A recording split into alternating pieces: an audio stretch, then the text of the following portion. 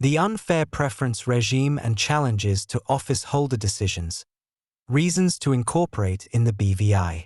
By way of introduction, unfair preferences, which are one of several voidable transactions provided for by the British Virgin Islands, BVI Insolvency Act, Revised Edition 2020, BVI IA, offer an important potential avenue for recovery by a liquidator when a company is wound up.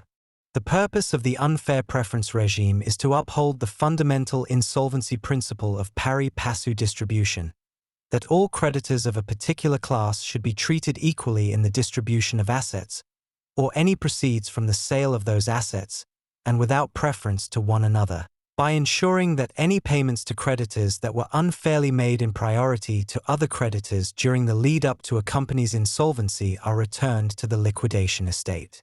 This article examines the key features of the BVI's unfair preference regime including, in particular, the test for what constitutes an unfair preference and how it differs favorably from that applied in certain other common law jurisdictions, facilitating recoveries by liquidators.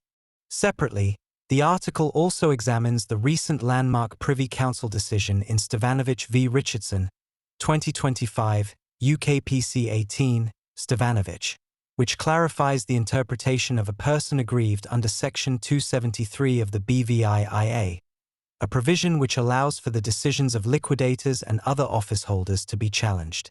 By limiting the circumstances in which third parties may challenge such decisions, Stevanovic serves to encourage the orderly winding up of BVI companies. Both the flexible unfair preference regime and the protections afforded by Section 273 of the BVI IA highlight the advantages of the BVI as an offshore jurisdiction, both in terms of the BVI IA and the pragmatic approach of the BVI courts to its interpretation. Download the PDF to read the full article. This article first appeared in Volume 22, Issue 3 of International Corporate Rescue and is reprinted with the permission of Chase Cambria Publishing, www.chasecambria.com.